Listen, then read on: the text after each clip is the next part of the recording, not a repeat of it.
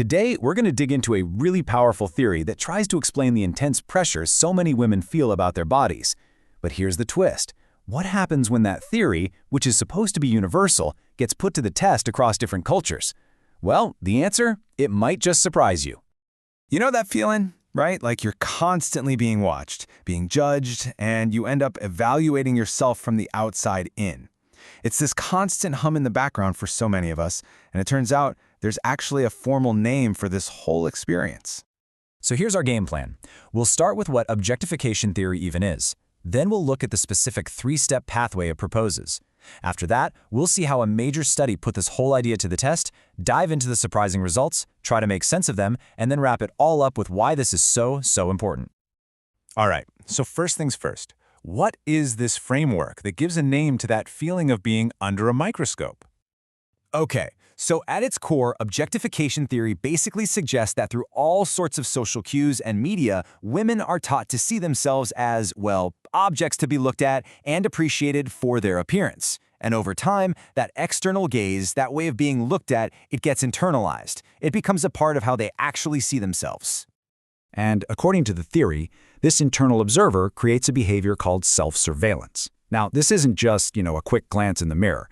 We're talking about a constant, habitual monitoring of your own body. It's that nonstop internal voice asking, how do I look right now? Does this outfit look okay?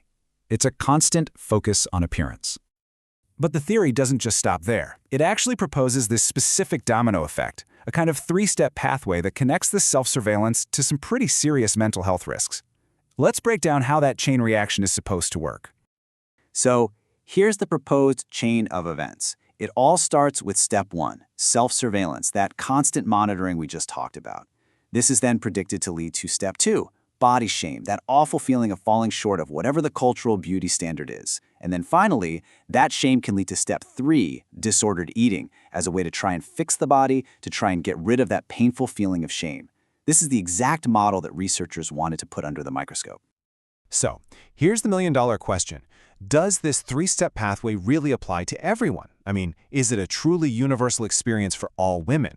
Well, a team of researchers decided to find out. They gathered data from a pretty huge group, 880 female college students right here in the US. A sample size that big gives their findings some real statistical muscle. Now, this is absolutely crucial. The study included a diverse group of participants, white women, Hispanic women, and Black women. And this diversity was key because it allowed the researchers to ask that critical question: does this theory hold up for everybody, or do different cultural experiences change the whole equation? And this is where things get really fascinating. Because when the researchers crunched all the numbers, that neat, tidy three-step model, well, it completely fell apart for one group. Okay, so here's the headline finding. For the white and Hispanic women in the study, the theory worked exactly as predicted. More self-surveillance was linked to more body shame, and that in turn was linked to more disordered eating. Simple enough. But for the Black women in the sample, that model just didn't hold up. A key connection in the chain was completely broken. This table shows us exactly where that break happened. Look at that first row. The link between self-surveillance, monitoring your appearance, and feeling body shame was strong for white and Hispanic women. But for Black women, that connection just wasn't statistically significant. The first domino just didn't knock over the second one. What's really interesting, though, is that for all the groups, that second link, from body shame to disordered eating, was still very, very strong. To put it in the researchers' own words, the theory's core mechanism just didn't apply in the same way for everyone. For the Black women in this study, just monitoring their appearance didn't automatically lead to feeling ashamed of their bodies. And that, of course, raises a huge question. Why? So the next logical step, and what the researchers did, was to try and figure out what was going on. Why was there such a significant difference here? What's happening beneath the surface? So part of the answer might be right here. The study actually found that on average, Black women reported significantly lower levels of self-surveillance than white women did. Now, they still did it, but the intensity was just lower. But that's only one piece of a much bigger puzzle. The researchers offered some really powerful potential explanations.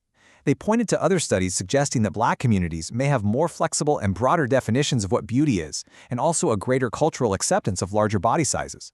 So if a wider variety of appearances are seen as beautiful, maybe monitoring your body is just less likely to trigger shame.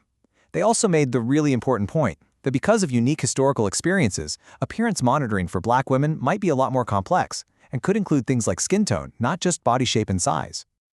Okay, so what's the big takeaway here? What do we do with all this information, and why does this piece of research actually matter so much? This is absolutely critical to understand. Even though the pathway to body shame was different, the study found that body shame itself was a powerful predictor of disordered eating for all the women, white, Hispanic, and Black. So the pain of body shame and what it can lead to seems to be a deeply concerning shared experience. And that brings us to the ultimate conclusion. We just can't assume a one-size-fits-all model for something as deeply personal and complex as body image. Culture matters. Lived experience matters. This study is basically a huge wake-up call for psychological science to be more inclusive and to really get that what causes distress in one community might be very different in another. And that just leaves us with a final big question to think about. This research does a beautiful job of showing the danger in assuming there's only one story.